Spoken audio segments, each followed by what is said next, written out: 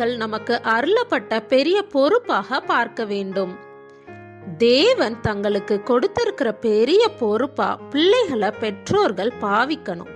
தேவனுடைய பெரிய நம்பிக்கைக்குரிய பாத்திரவான்களாக இந்த வேலையானது பெற்றோருக்கு கொடுக்கப்பட்டிருக்குது. பரலோக குடும்பத்தின் அங்கத்தினர்களாக வாழ பிள்ளைகளுக்கு பாடங்கள் கற்றுக் கொடுக்கப்படணும். தேவ பயத்திலும் தேவ அன்பிலும் நிலை பெறும்படியாக பயிற்சி அளிக்கப்படணும். கர்த்தருக்கு பயப்படுதலே ஞானத்தின் ஆரம்பம். தேவனுக்கு உண்மையாக இருப்பவங்க தங்களுடைய குடும்ப வாழ்க்கையில அதை பிரதிபலிப்பாங்க. தங்கள் பிள்ளைகளை சரியா வழிநடத்தும் பொறுப்பை தேவன் கொடுத்திருக்கிற ஒரு புனிதமான வேலையா பார்ப்பாங்க.